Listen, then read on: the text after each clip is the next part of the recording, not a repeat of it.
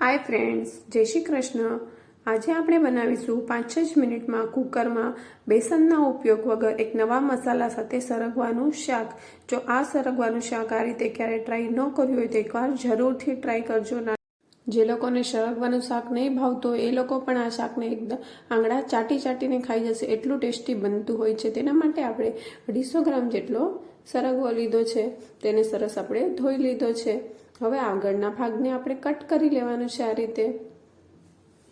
પછી આપણે તેને આ શાક બનાવવા માટે તમારે પહેલેથી કોઈ જ તૈયારી કરીને ન રાખી હોય તો પણ તમારું આ શાક 5 જ મિનિટમાં તૈયાર થઈ જાય છે.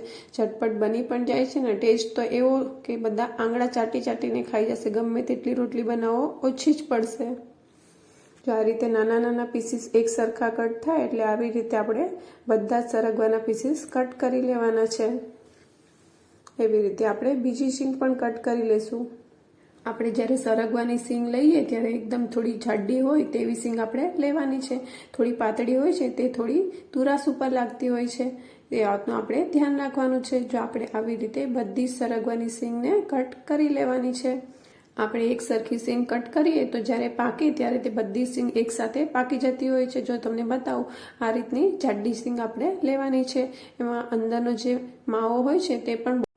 હવે આપણે અડધી વાટકી તીખા ગાંઠિયા લીધા છે અને અડધી વાટકી આપણે શિંગદાણા લીધા છે. તીખા ગાંઠિયાની જગ્યા પર તમે ભાવનગરી ગાંઠિયા અથવા તો ફાફડી ગાંઠિયા પણ લઈ શકો છો. ના હોય તો ચવાણું પણ લઈ શકો છો. તેને આપણે મિક્સર ગ્રાઇન્ડરમાં પીસી લેવાનું છે. હવે આપણે વઘાર માટે એક કુકર લઈ લીધું છે. તેમાં 2 ટેબલસ્પૂન જેટલું આપણે તેલ એડ કરીશું. હવે આપણે તેમાં અડધી ચમચી રાઈ એડ કરીશું. અડધી ચમચી આપણે જીરું એડ કરીશું.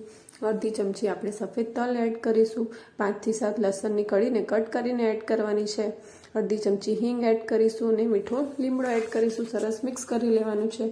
5 ચમચી હળદર એડ કરીશું. 1 ચમચી ધાણા જીરું અને 1 ચમચી લાલ મરચું એડ કરીશું અને 1 ટમેટાને પ્યુરી કરીને લીધું છે તે પણ એડ કરી દઈશું અને સરસ રીતે મિક્સ કરી લેવાનું છે. સરસ મિક્સ થઈ ગયું છે. હવે આપણે તેમાં જે ગાંઠિયા અને શિંગદાણાનું મિશ્રણ તૈયાર કરીને રાખ્યું છે તે તેમાં એડ કરી દેવાનું છે અને સરસ રીતે મિક્સ કરી લેવાનું છે.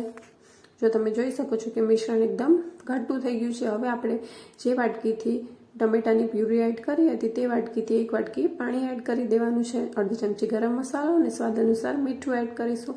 હવે બધું સરસ રીતે મિક્સ કરી લેવાનું છે. આપણે ગાંઠિયાનો ભૂકો એડ કર્યો છે એટલે તેને કોઈ લમ્સ ના રહે એ રીતે એકદમ લમ્સ ફ્રી મિક્સ કરી લેવાનું છે. જો લમ્સ રહી જશે તો એ બરાબર ગાંઠા જેવું થઈ જશે અને બરાબર પાકશે નહીં. એટલે આપણે લમ્સ ફ્રી ગ્રેવી તૈયાર કરી લેવાની છે. જો સરસ આપણી ગ્રેવી તૈયાર થઈ ગઈ છે અને મસાલા સાથે બધું મિક્સ થઈ ગયું છે, આપણે કટ કરેલી શીંગ તેમાં એડ કરી દેવાની છે અને શીંગને પણ ગ્રેવી સાથે સરસ રીતે મિક્સ કરી લેવાનું છે. એક સરસ કોટિંગ ઉપર આવી જશે અને સરસ શીંગ સાથે ગ્રેવી મિક્સ થઈ જાય એટલે પછી આપણે તેને 2 મિનિટ માટે થવા દેશું. હવે સરસ ગ્રેવી સાથે બધું મિક્સ થઈ ગયું છે. હવે આપણે તેને કુકરને બંધ કરી દેવાનું છે અને ઢાંકીને સ્લો ફ્લેમ ઉપર આપણે એક વિસલ કરવાની છે. એક વિસલ થઈ ગઈ છે. પ્રેશર રિલીઝ થઈ જાય પછી આપણે તેને ખોલીશું. તમે જોઈ શકો છો કે 5 જ મિનિટમાં સરગવાનું એકદમ ટેસ્ટી શાક તૈયાર છે.